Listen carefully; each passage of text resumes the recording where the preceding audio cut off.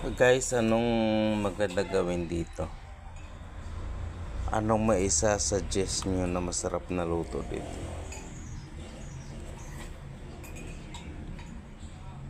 Mga lantutay na, hindi na fresh.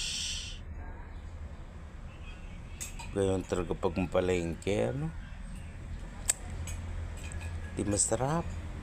Charot. Magtanim na lang tayo ng sariling pichay. Wala naman tayong pichay. Charot.